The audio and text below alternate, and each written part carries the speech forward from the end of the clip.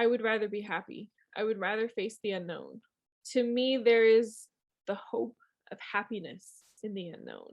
So rather than staying where I am with what I know, I would rather face the unknown. There's this saying that says, the devil you know beats the devil you don't. I don't really agree with that. I would rather take the chance of learning something new. I would rather move on to something else because it's the hope. It's the hope of something better that carries me through. I believe the biggest problem in the world is that people don't understand themselves enough. This show is designed to help you understand your INFJ personality, heal from your past, and create a life that you love. I'm Sarah Kuhn, and this is the Quiet Ones podcast. I've been reading this book recently that has changed my life, and that's not an understatement. Every single chapter has been so incredible. It's almost mind-blowing. And it makes me want to take action and make some big changes in my life that I've been putting off for a very long time. Some changes that I wasn't really even sure that I knew how to make, and then others that I didn't even know that I needed to make until I read this book. I've spoken about the book a little bit on social media, and every time I do, there's a fraction of people who are opposed to the book, and therefore they're opposed to the author. I can't talk today, I guess. They're opposed to the author, and so therefore they're opposed to the book without even reading the book or knowing what the book is about. It's really been a common thing in my life, especially in the last few years. It's so much easier for me to just not tell you about the book, right? It's easier for me to not talk about the author because in telling you about the author, I'm telling you about myself. I'm telling you about my worldviews. I'm telling you about my political views. I'm telling you about some things about me that some people consider controversial. And so it's easier for me to just not say anything. This type of thing has been a rule in my life for so many years in so many areas. When I was growing up, I was taught that you need to keep the peace. Don't say anything that will upset people. Just let it go and move on, or just don't say anything. I was taught that you have to be a different person at church than you are at school, than you are with your family, than you are with your friends. Like, you're basically a different person for every situation that you're in. And whether that was my parents' intention or whether it was just me being super sensitive and taking what they said to an extreme, because when I was young, I was very, very literal.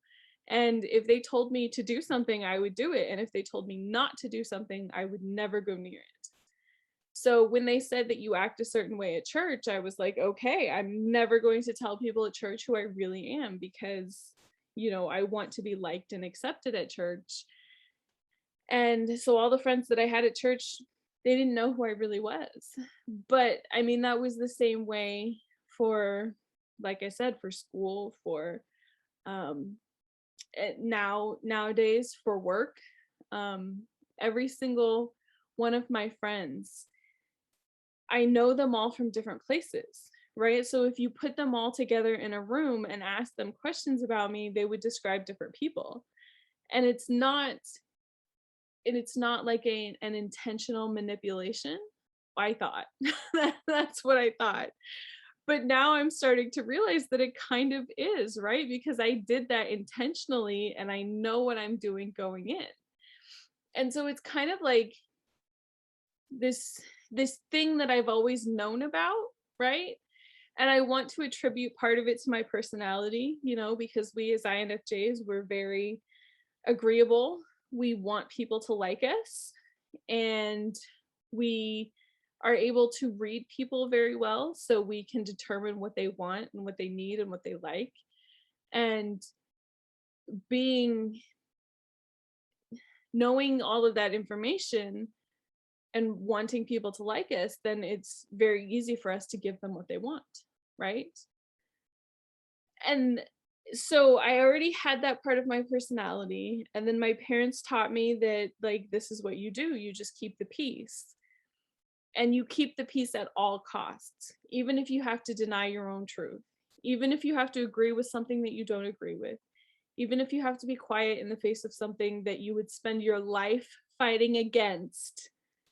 You do what it takes to keep the peace.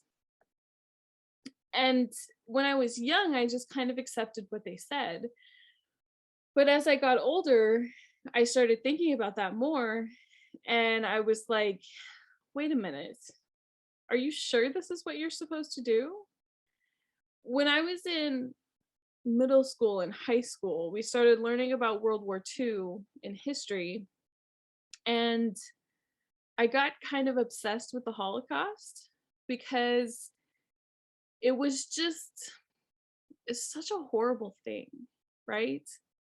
And you have to wonder, how did so many people just let it go? How did so many people sit there, know what was happening, and not do anything? So I had that question, right? And I wanted to say to myself, like, if I was there, I would have done something. I would have been one of those people who was saving the Jews. I would have been one of those people who was helping. But nowadays, when I look at it from a whole different perspective in the world that we live in now, I wonder, would I really been one of those people? Because in order to be one of those people, you would have had to say something, right? You would have had to go against what everybody else was doing. You would have had to go against popular culture and against what your friends thought, and maybe even what your family thought, what the people at church thought, what the people that you work with thought. Would you really have done something different?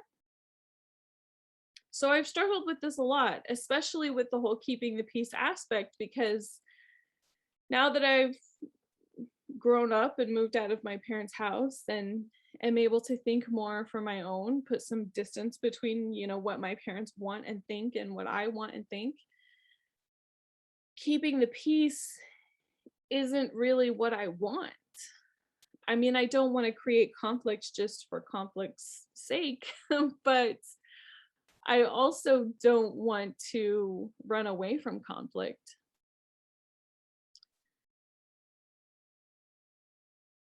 In my family, that kind of makes me one of the others, right? Someone who is labeled as misbehaving simply because I don't accept their idea about what you should do or what's acceptable. I've decided that I won't sacrifice my peace in order for there to be peace in our group or in our family.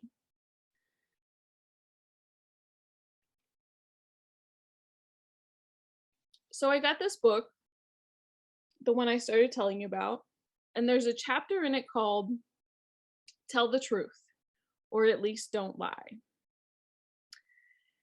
And so the author breaks down what it really means if you lie and how it affects you.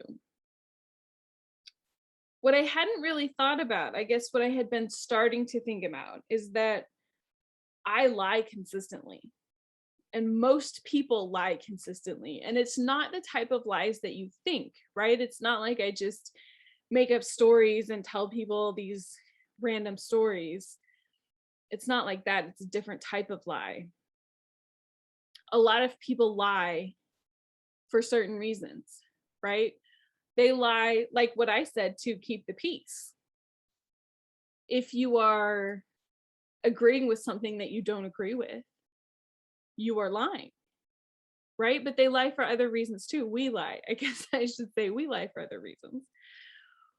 We lie because we have a certain ideological belief and we want other people to believe that thing too, right? Sometimes we lie to prove that we're right. We don't want to lose an argument, so we will lie to prove that we were right, even if we weren't necessarily right. will lie to appear competent. One of the things that I hate the most is people treating me like I'm stupid. And I think it comes from this genuine fear of being not enough, not smart enough. And so, at this point, like, I'm not going to lie, I have lied to appear smarter than what I actually am. I like to bend the truth a little bit, I guess. When people ask me about where I went to school, I'll say the University of North Carolina. That's true. I did go to the University of North Carolina. I didn't graduate from the University of North Carolina. And I usually don't specify that I went to the University of North Carolina at Charlotte, which is a different school from UNC, which is in Chapel Hill, a different part of North Carolina. So the school that I went to was called the University of North Carolina, but technically it's called the University of North Carolina at Charlotte. But I don't specify that. So is that a lie? And a lot of times, people ask me what my college degree is. I'll say, well, I have 3 college degrees. I actually only have 2. Sometimes I'll say, well, I studied business and criminal justice and mechanical engineering. And it's true when you say it like that, but technically, I have an associate's degree in business management. I have a bachelor's degree in criminal justice. And I have 3/4 of a bachelor's degree in mechanical engineering. So I did study mechanical engineering, but I don't actually have a mechanical engineering degree. So it's one of those things that's like, ooh, if I want to be smarter, then I'll tell people, ooh, well, I studied mechanical engineering at the University of North Carolina. And for some reason, I used that for years to appear smarter. I try not to do it now because I realize that if people don't think that I'm smart, they're not going to think that I'm smart just because I have some other college degree, right? So sometimes we lie to avoid responsibility. Sometimes it's because we want to be promoted in our jobs. Sometimes it's to attract attention. Sometimes, like I was talking about before, it's to ensure that everyone likes me. Sometimes it's to justify my own worldviews, whether they are optimistic or cynical. Sometimes it's to rationalize my antisocial outlook. I have a really bad antisocial outlook. And it's easy for me to say that I don't like people and that people don't like me, rather than to say I'm anxious to be around people because I don't know how they feel about me, right? So if you just tell yourself, oh, I don't like people, people don't like me, then that's a whole lot easier than confronting the truth, right? Sometimes we lie to minimize immediate conflict. This is what my parents were doing, what they do when they say, keep the peace, right? You just don't say anything as part of their strategy. Another strategy is like walk away. So you just avoid conflict at all costs.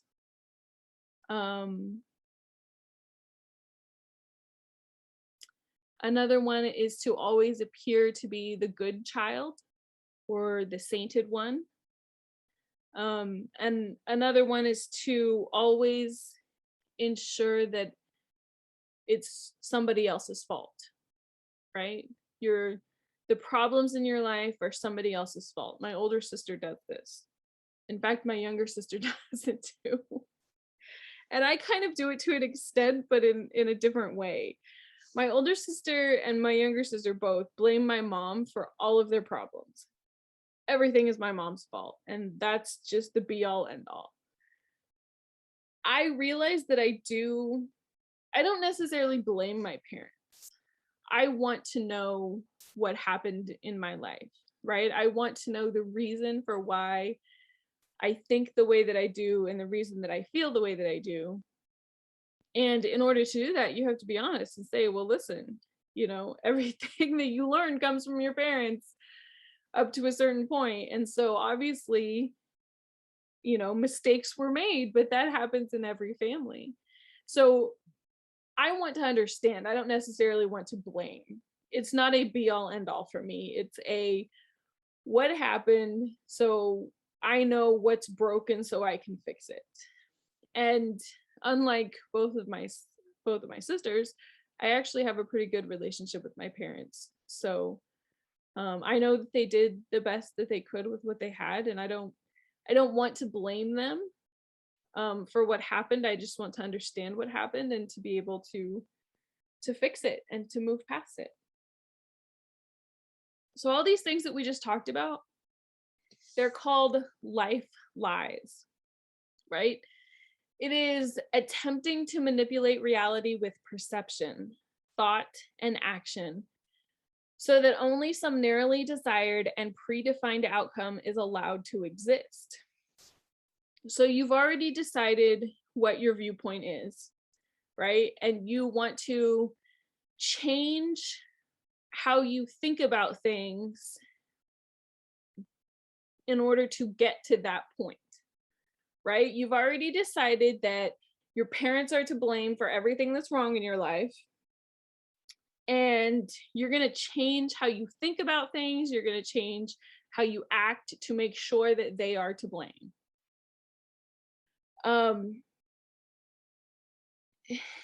It's really sad, honestly, and you see it a lot nowadays, not just with that one example, but um to make sure that you're avoiding conflict. um there's so many examples in my life that it's like I'm going to, another one that's really big for me is I'm the good child. I will always be the good child. I'm the responsible one who does all of the right things. And so because you've already decided that, then you're willing to manipulate reality in order to fit that predefined outcome. So if you're living your life with one of these life lies, whether it's consciously or unconsciously, so whether you're doing it knowingly or it's just something that you've always done, and so it's kind of an unconscious thing, you're assuming that two things are true. That the current knowledge that you have is sufficient to define what is good unquestioningly far into the future. So you're saying that what you know right now is all that you'll ever need to know, right? And then the second thing is that reality would be unbearable if left to its own devices. So if you just stopped trying to manipulate reality, if you stopped believing this thing that you believe, then it would be completely unbearable to deal with the unknown. This is one of the things that really hit me. All I know is all that needs to be known. When I was young, I thought that. I'm not gonna lie, I thought that. I know everything that there is to know. Don't question me. Believe me, I know. This really hit me. It's really been hitting me really hard the last couple of years because my niece, bless her heart, I love her to death. But she turned 18, well, last year now, in 2021. And she definitely has that attitude. I know everything there is to know. I don't need your advice. I don't need your opinion. I already know everything. And that's all there is. And I hadn't really thought of myself that way until I've been going through this with her. And then I started thinking back to some of the things that I have done and how young I was when I did some of those things and how I would be a lot more cautious now. And I thought, I've kind of been having this epiphany over the last 3 or 4 years now that my parents are a lot smarter than I've ever given them credit for. And I think that's something that a lot of people go through because the older you get, the more that you realize that you don't know as much as you thought that you did. And I think it's not only something that happens with maturity, but it also happens with this awareness that you don't have all the answers. You don't know everything that there is to know. There's another thing that the author talks about in this book that I thought was really, really interesting. There's actually a part of your brain that's activated and grows when you face conflict.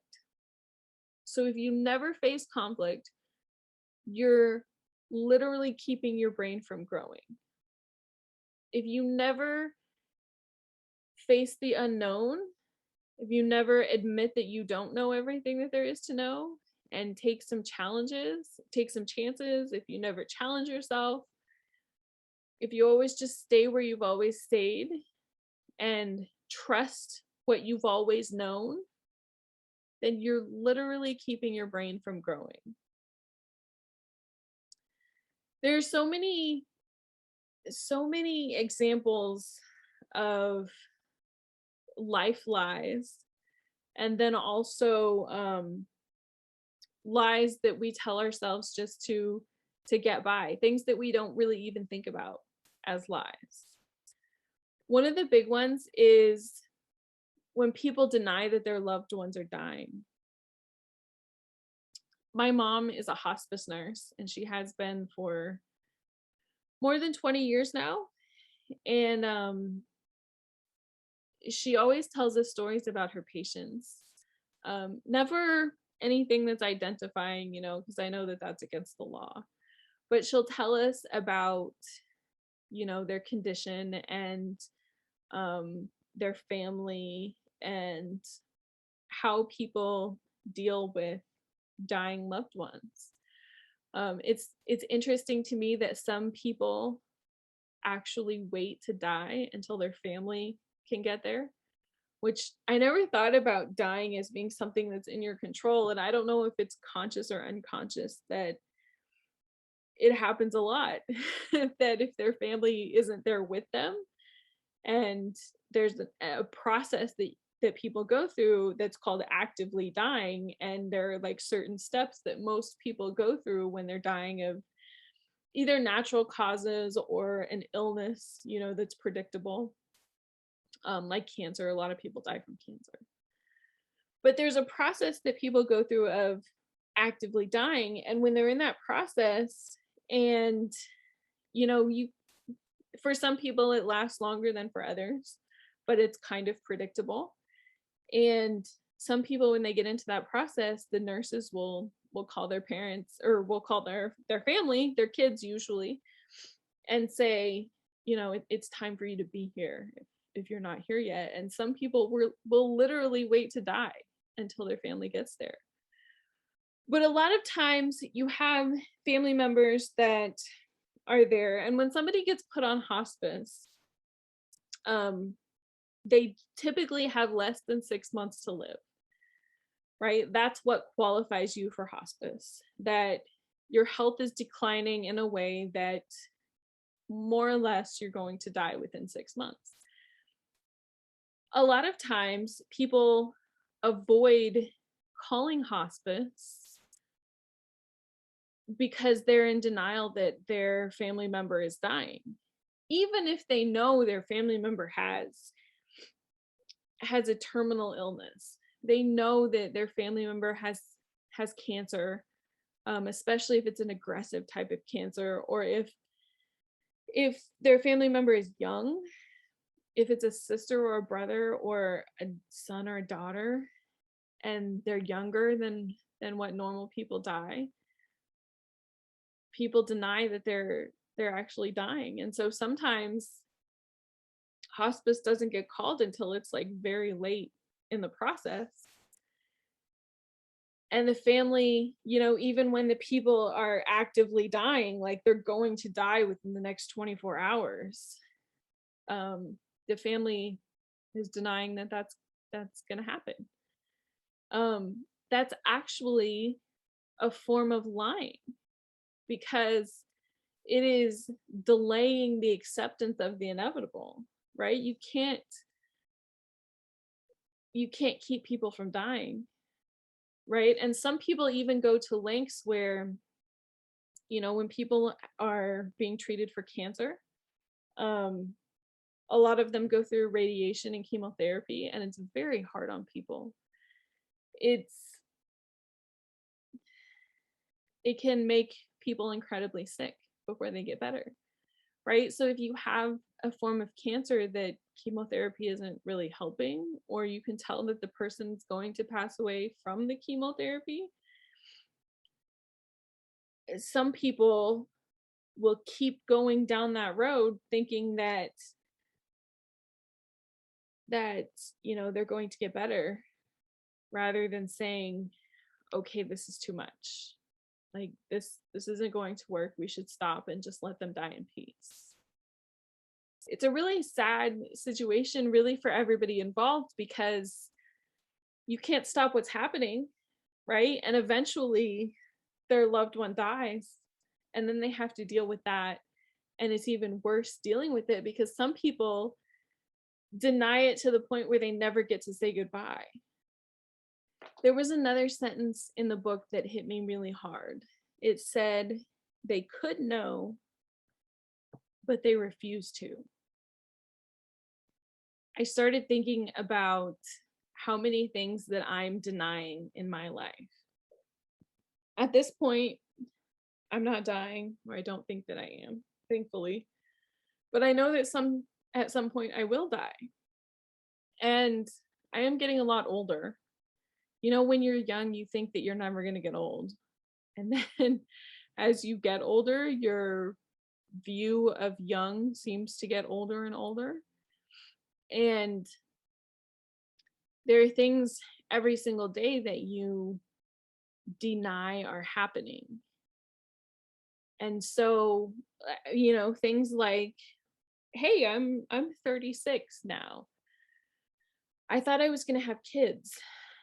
And it's like, oh, wow. I guess there is a limit to the amount of time that I can have kids. And I want to get married first, right? So I understand that I can have kids without being married. I understand that I don't even need a husband. Like, I don't even need a guy. I can just go to a clinic. But I don't just want kids, I want a family. And since COVID, well, even before COVID, if I'm really being honest here, I don't really go out. I don't drink. I don't think I've ever been to a real bar in my whole entire life. I've been to restaurants that have bars, but never just like a straight bar. I don't go where other people are. I've never been to like singles groups or, speed dating or anything like that. I wouldn't go to any of those things. So, and especially in the last couple years, we're moving into 3 years now. It's like I have this great excuse to stay home. And I realized that if I'm not on any of the dating apps, then I don't go anywhere except for the grocery store and Target. And TJ Maxx every once in a while, but you don't really meet a lot of guys in there, and certainly not single guys. So it's like, if I only stay inside of my apartment all day long, every single day, how am I going to meet somebody? Like, do I literally think that some guy is just going to show up at my door and be like, hey, I'm the person you're supposed to spend the rest of your life with?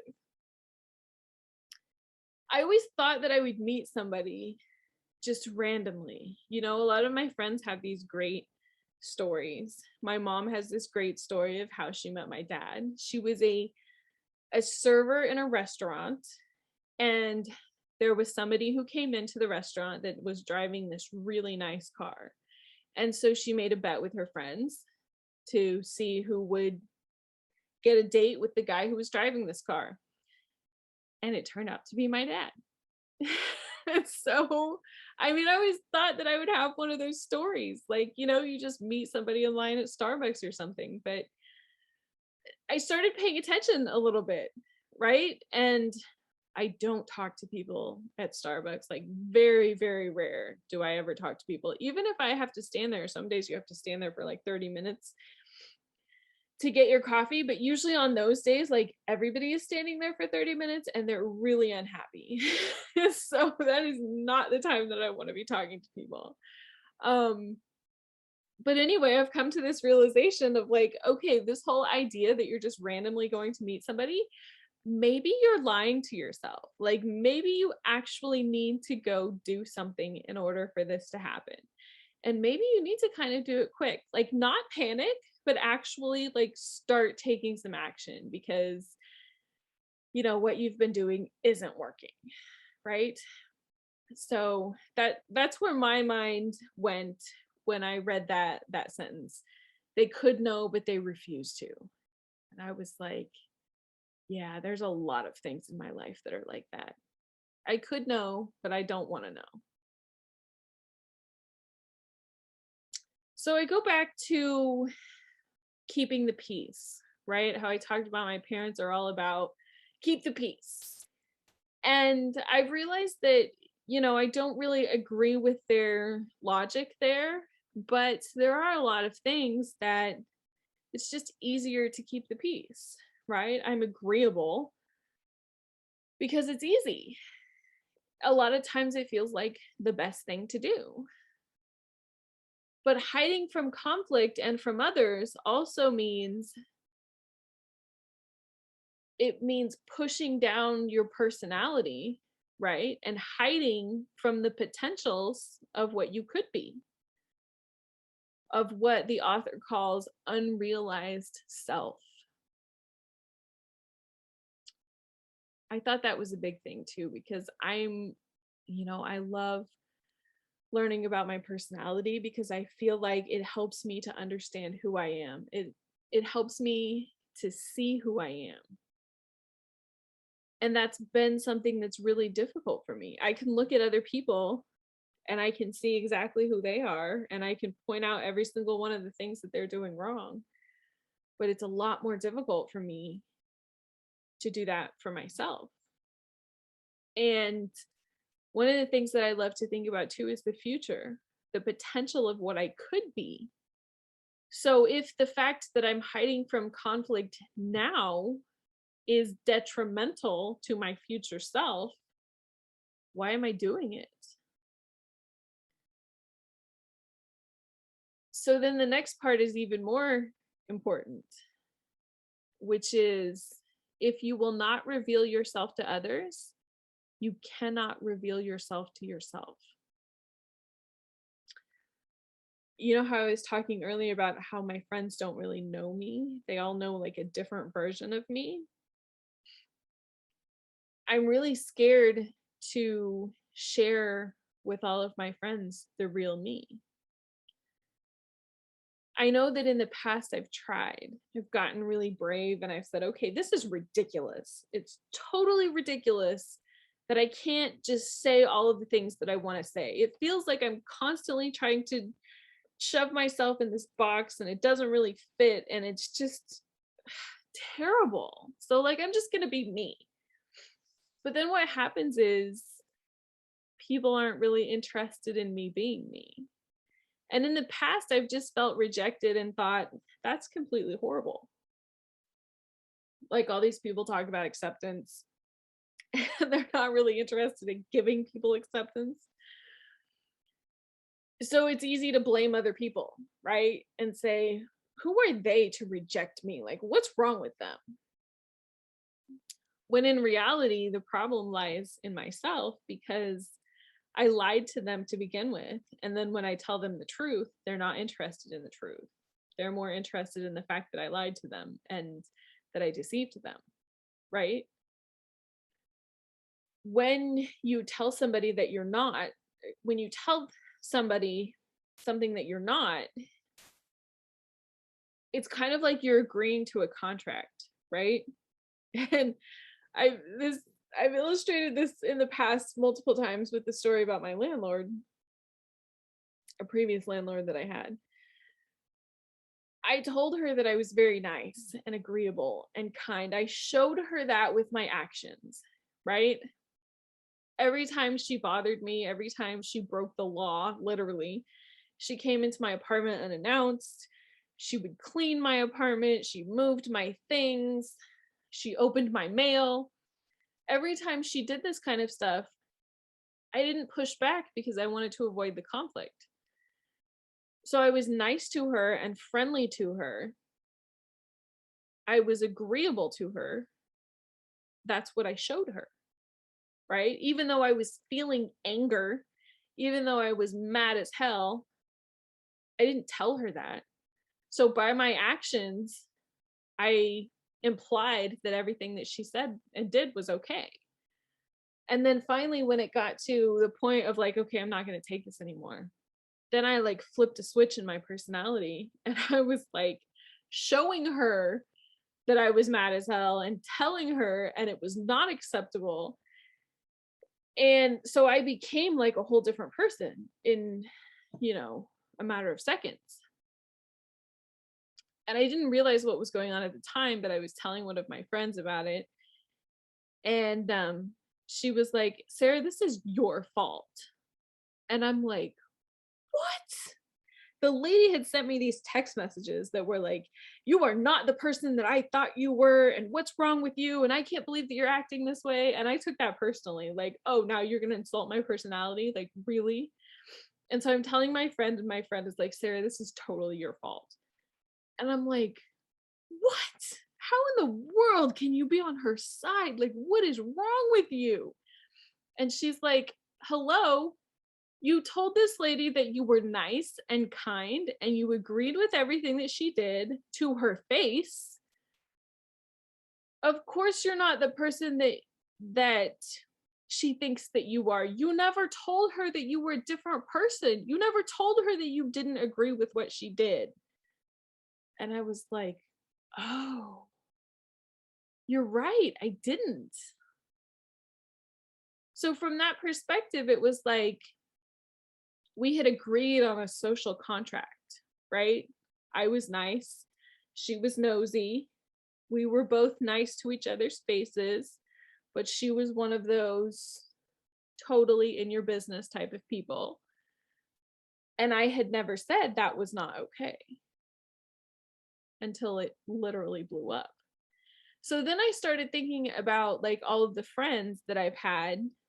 You know, we agreed to a social contract. I was a certain way. I was a certain way at church. So of course they were confused when I changed the contract, you know, when I said, oh, hey, I'm actually not that person. I'm totally different. Of course they were confused. Of course they were like, well, what's wrong with you? That's not what I agreed to. It made a whole lot more sense. And it makes even more sense now after reading this book. Last year, I started diving into doing this moral inventory because I feel like it's something that's necessary. And even for me now, it's even more necessary. I bought this book that like helps you go through a series of questions to really do this inventory. And I bought the book and I literally put it on my couch and stared at it for a couple of weeks because even though I wanted to do it, I was scared at the same time. I didn't really know if I wanted to know the truth because I knew that there were some things, you know, like this situation with my landlord. I know there are some things that I'm lying to myself about. And it's kind of like, well, I'm comfortable with the lie. I don't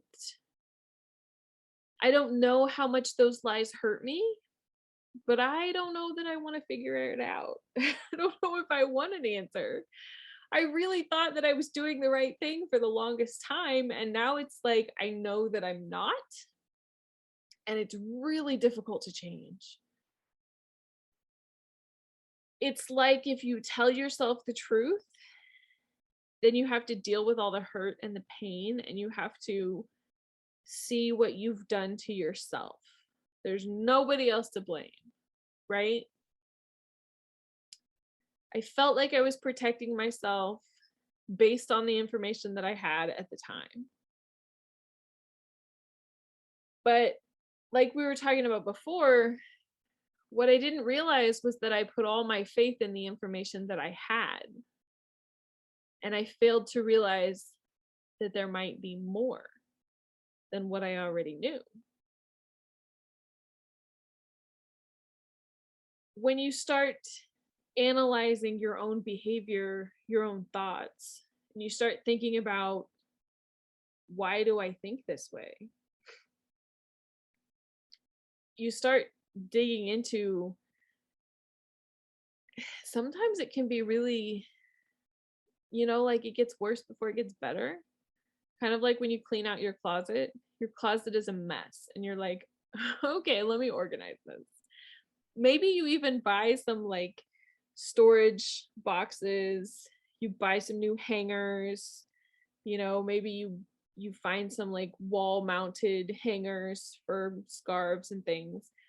And so you're like, okay, I'm going to clean everything out. Maybe I'm going to get rid of some of the stuff that I don't need, because there's a lot of stuff in here I don't need too. But you have to take everything out of the closet before you can organize it, right? Sometimes it turns into this massive mess that engulfs your whole room, and you're like, what am I doing? Like, I didn't realize this was going to be a 3-day long project. I thought it was going to be an hour. And, it got massively worse before it got better. It's the same situation when you're talking about analyzing your own thoughts and your own behavior. Sometimes, you have to make a huge mess before it actually starts getting better. A lot of times, even when we have new information, it's difficult to adapt our thinking to that new information, right? Every single one of us sees our life through a specific lens, whatever your belief system is. And sometimes that comes from where you grew up. Sometimes it comes from your family or your religion. Sometimes it comes from other ideological belief systems that you have. But you see things based on that specific system, right? A good example of this is, I was raised in a very conservative religion, and I was also raised in the Midwest, and a lot of people in the Midwest are very conservative. Most people go to church, and this because if you really want something from the store, the best time to go is like 10 o'clock on Sunday morning. There's nobody in the store. But if you go around noon or 12:30, it'll be packed, because everybody goes to church on Sunday morning, and church gets out at noon. So after that, the stores fill up. When I moved to Boston, it was completely different. Most people in Boston, I would say, don't go to church. And I know that because I go to the store on Sunday morning at 10 o'clock thinking that there's going to be nobody there, and it's the same. Everybody's there. There aren't nearly as many churches. When you drive around too, there aren't nearly as many churches. And some of the churches have actually been converted into apartments, which is kind of shocking for me, because the way that I was raised about church is like, you don't use the church for anything else. But I mean, when you have a church that nobody uses anymore, what do you do with it? And there are a lot of churches that are used for other things. So you see that people don't go to church, and so there's a different ideology, there's a different belief system here, there's a different way that people live their lives here. And I'm not saying that it's wrong or right, that one way is wrong or right. It's just different. It's a different way of viewing the world. So what's the answer, right? That's always the important thing, right? The problem is that we think we know. We've talked about that. We think we have all the answers. And this leads us to believe that nothing important remains unknown, that we can't really learn anything more. Whatever worldview that you have, That's all that there is, and there's nothing more to learn. Most people choose this. It's easy to choose this. It's easy to say, I have everything that I need. I don't want to know anything more. I don't want to talk to people that I disagree with. I don't want to hear other people's ideas and opinions. I don't want to read any more books. I just want to know what I know. My dad told me a few years ago, I was going on a cruise. I was living in Missouri, and I was flying to New Orleans, and the cruise was leaving out of New Orleans going to Cancun. No, Cozumel. Was going to Cozumel, which is in Mexico. And so my dad was taking me to the airport, and he was like, I just want you to know, I think you're crazy for doing this. And I'm like, why? For going to New Orleans? And he's like, yeah, you've never been to New Orleans. It's a big city. It could be very dangerous. I can't believe that you're doing that. And I can't believe that you're going on a cruise. You're getting on this massive boat. You know, all you hear about is boats that have issues. And you're going to Mexico, which is a foreign country, and you never know what could happen there. And I'm like, well, I can't believe. And he said too, he was like, I would never do something like that. In fact, I don't want to go anywhere that I've never been before. And I'm like, I'm in shock. Like, I can't believe that you don't want to go. Like, you've never been to New Orleans. Maybe it's dangerous. Maybe it's fun. Maybe there are some parts that are dangerous and some parts that are fun. That's probably true of everywhere you go. And, you know, of course, you're going to hear about boats that sink because it's rare, not because it's common. You hear about planes that crash, not because it's common, but because it's rare. And obviously, you know, it's tragic when people die. A lot of times when cruise ships crash or, you know, crash into something or turn over, you know, a lot of times people don't die because they have time to get off the boat, and there are, you know, smaller boats, there are preparations that you can make. I'm like, I think it's crazy that you don't want to go. I can't believe you don't want to go to another country. Of course, all of this was like pre-COVID, right? So we weren't thinking about a virus that could potentially kill us. We were thinking, my dad was thinking about all the other things that could happen, you know. But my thought process was, I can't believe you don't want to go. I want to go. I want to explore the unknown. I want to go places that I've never been before. I don't know that I want to go on vacation somewhere that I have been before. I just want to go somewhere new every single time. And my dad was like, that's horrible. I don't ever want to do that. I was watching this TV show that I think is really, really awesome. I've been watching Yellowstone, and I just absolutely love it. I don't know why I haven't noticed it for 3 years. But I've been watching the spinoff, which is called 1883. And it's about these people in the year 1883. They are going down the Oregon Trail, I guess, from Texas. I think they're currently in Texas. And this episode that I just watched, they were making preparations to cross a river with covered wagons and horses and cows. And most of the people in their group don't speak English. They're like, I think a lot of them are German. And because they don't speak English, and there's only one guy that can translate for them, and they're from a country that's totally different from where they're at right now. And they've never done the type of things that they're doing now. A lot of them don't even know how to ride horses. And so one of them was talking about, or they're talking about like how to get across the river, right? And so the leader of their group, who's like this rugged old American dude, who's like, you know, his job is to take people down the Oregon Trail, you know, which was like from Texas. Well, where they're going is from Texas all the way up to Oregon. And you basically have to walk or ride a horse or ride in a covered wagon, right? And so they're talking about getting across this river. And the old guy is talking to the one foreign guy who speaks English. And he's like, well, some people might have to swim across the river. And the guy's like, we don't know how to swim. And the old guy is like, how do you not know how to swim? And the foreign guy goes, well, it's illegal to swim where we come from. They put people in the water after they die. Like, for some reason, they get them wet before they bury them. Or maybe they were burying them at sea. I didn't really understand that part, but he was like, basically, the water, you don't go in the water. So it's illegal for us to swim.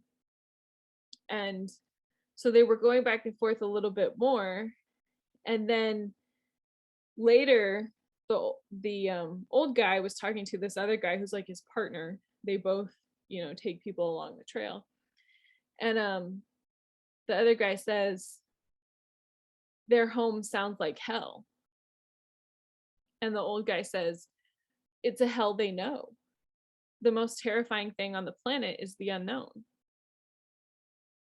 They were talking about how they were shocked and surprised that the foreign people were still there.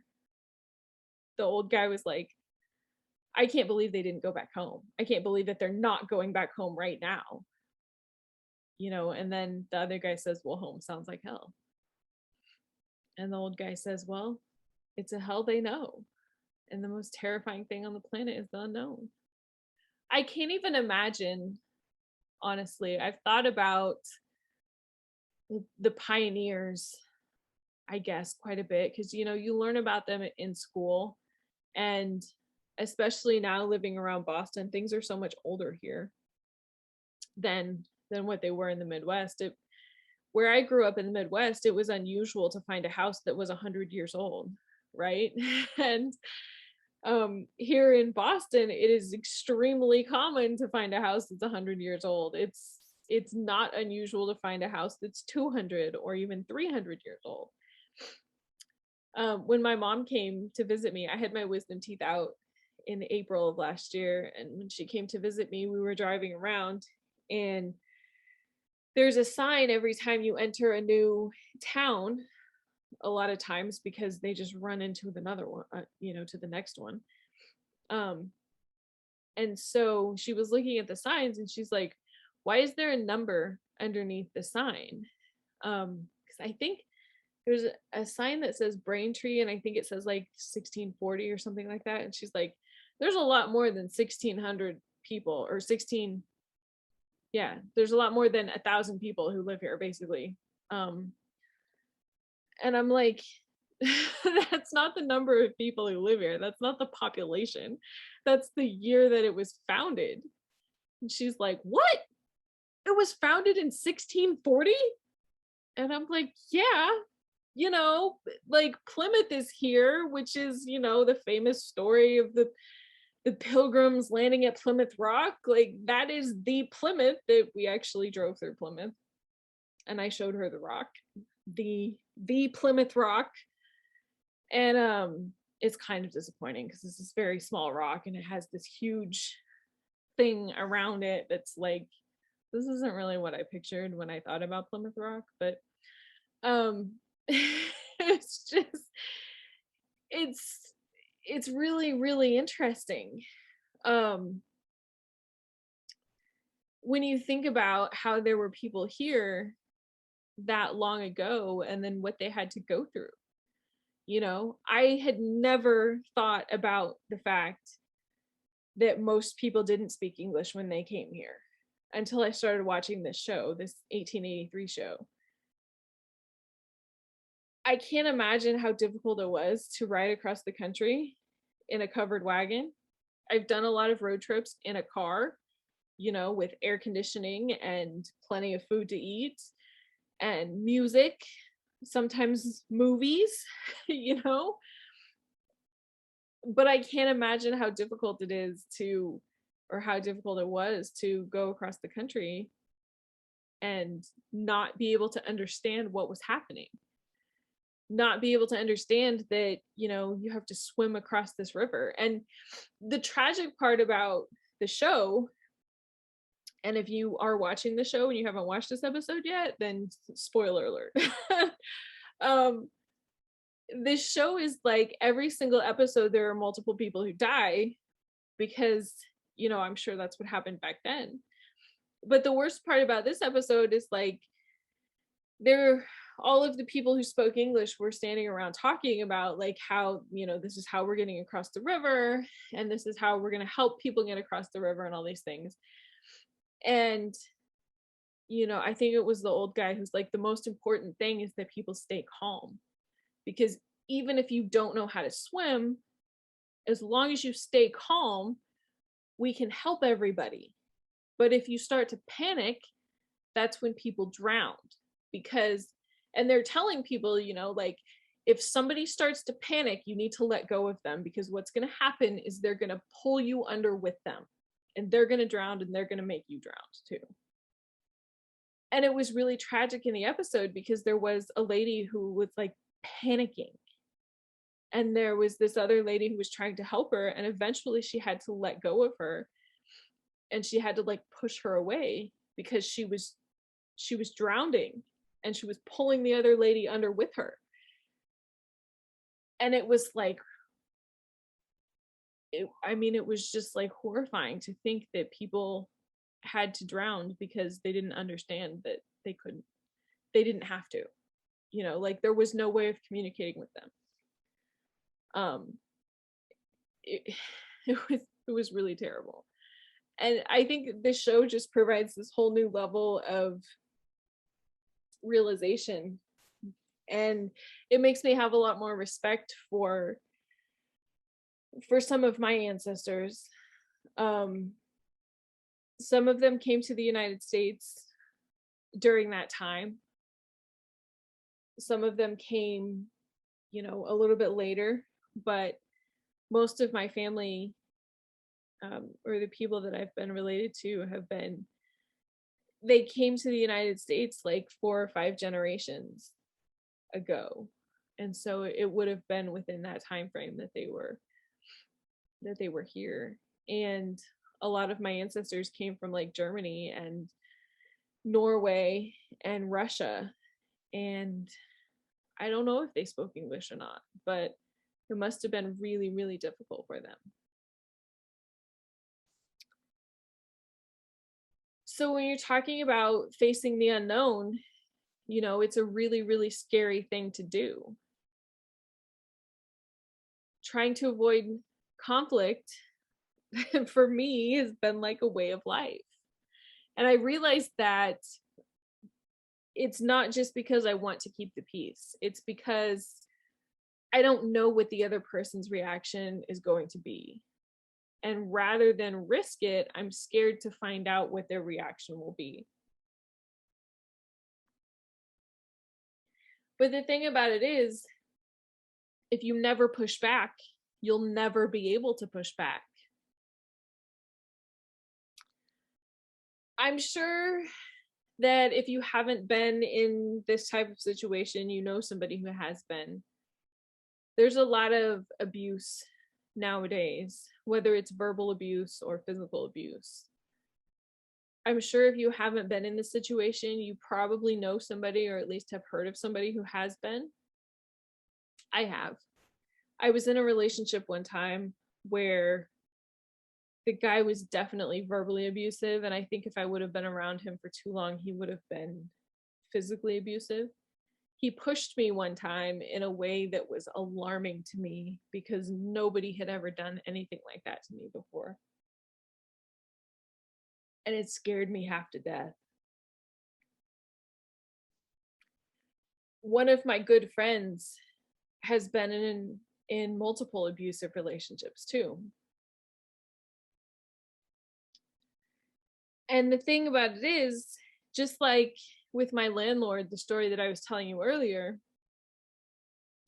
if someone is mean to you and you don't push back, you're implying to them that their behavior is acceptable, right? You're telling them that what they're doing through your actions, you're telling them it's totally fine to do that.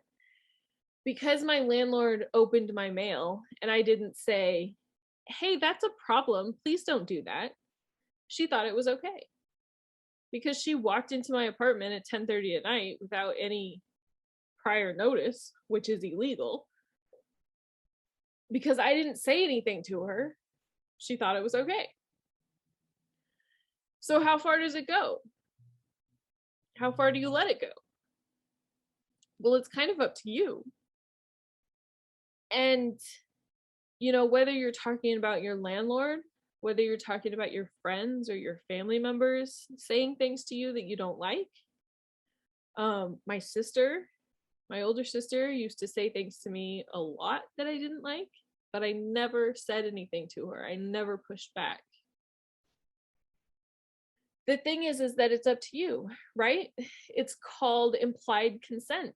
You're telling them it's okay because you're not telling them that it's not okay. It's not popular to say this nowadays, right? Because people will label it victim blaming. But to me, it's not victim blaming. It's called responsibility, right? You have a responsibility for your life. You have to take responsibility because no one is coming to save you. So if somebody is treating you in a way that you feel like is unacceptable, you have to tell them. You have to be able to stand up and say, no, I'm not going to take that anymore.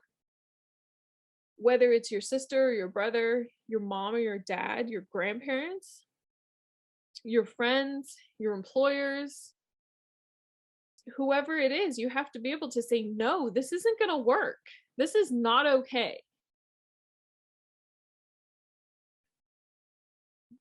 There are a lot of ways nowadays that it's like that. I've had friends that I've had to say, no, this doesn't work. Both of my sisters have been like that too. It's like, you can't treat me like this. This is not okay. It's not gonna work.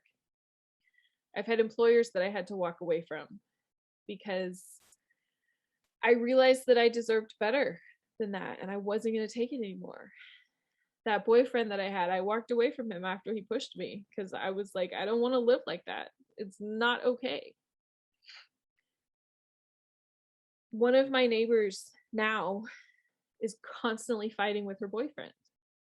And it's like every single day they're fighting with each other and screaming and yelling and the whole bit. And I just rack my brain every time because I'm like, I hate living in an apartment because it's so noisy and there's nothing I can do. Like, I'm not going to go stop their fight. I don't feel like that's my job to get in the middle of their mess. But I realized that she's choosing it. She could get away from him. She could do something different. But she doesn't. She stays there and fights with him, and I don't understand why. I don't understand why my friend also stayed with her boyfriend who wasn't nice to her. I don't get it because for me, I would rather be happy. I would rather face the unknown. And to me there is the hope of happiness in the unknown. So rather than staying where I am with what I know, I would rather face the unknown. There's this saying that says, the devil you know beats the devil you don't. I don't really agree with that. I would rather take the chance of learning something new. I would rather move on to something else because it's the hope. It's the hope of something better that carries me through. So the answer to the life lie that we started talking about, the answer is to be willing to learn from what you don't know, right? And the only way to do that is to tell the truth. And the sooner that you tell the truth, the better off you'll be. Before you can tell the truth to other people, you have to tell the truth to yourself. And that is the hardest thing that you'll ever do in your life. It's incredibly difficult to look at yourself and say, ooh, I've put myself in the situation, and it's happened over a long period of time. And now I have to figure out how to stop. I wanted to leave you with a quote from the book, which is one of my favorites. It says, "You are by no means only what you already know. You are also all that which you could know if you only would. Thus, you should never sacrifice what you could be for what you are. You should never give up the better that resides within you for the security you already have, and certainly not when you have already caught a glimpse, an undeniable glimpse, of something beyond." And just in case you're wondering and you want to read the book, I absolutely think that you should. Everything that I told you is about chapter 8 in this book. And chapter 8, again, is called Tell the Truth, or at least Don't Lie. And the book is by Jordan Peterson. It's called 12 Rules for Life. And honestly, it is legitimately the best book that I've ever read. And I think the things that I've learned in this book, and I've just finished reading chapter 8. They've definitely changed my life. They've changed the way that I think about a lot of things and the path that I'm on in my life, for sure. So I hope that you'll read it. And I hope that you will take a look at some of the lies that you've been telling yourself and start to embrace the truth, even if it's incredibly difficult, because there's hope there. There's a lot of hope there, and there's a lot of potential there. And I honestly have to believe that the future is better than whatever is happening right now, especially over the last couple of years. There's always hope. Where there's life, there's hope. It's going to get better. It has to. It absolutely has to. Thank you so much for listening. I really appreciate every single one of you. Please make sure that you subscribe if you haven't already, and leave a review wherever you listen to the podcast. It helps other people to be able to find us. Thanks again for listening, and I will see you again next week.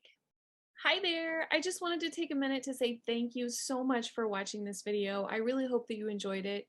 Please consider subscribing to my channel. I'm working very hard to produce content that will help you, and I really, really appreciate your support. Also, if you want some more inspiration, check out this video right here.